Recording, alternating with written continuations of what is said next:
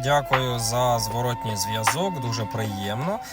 Для того стараюся, витрачаю свій час, знімаю відео у відповідь на запитання в TikTok, для того, щоб люди абсолютно безкоштовно могли отримати інформацію з приводу лікування, протезування, імплантації зубів.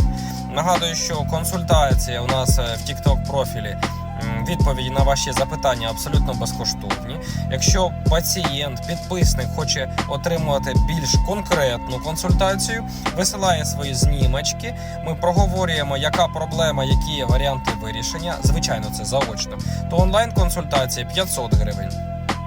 Якщо хочете отримати найдетальнішу чітку інформацію, консультація в клініці від 600 до 999 гривень.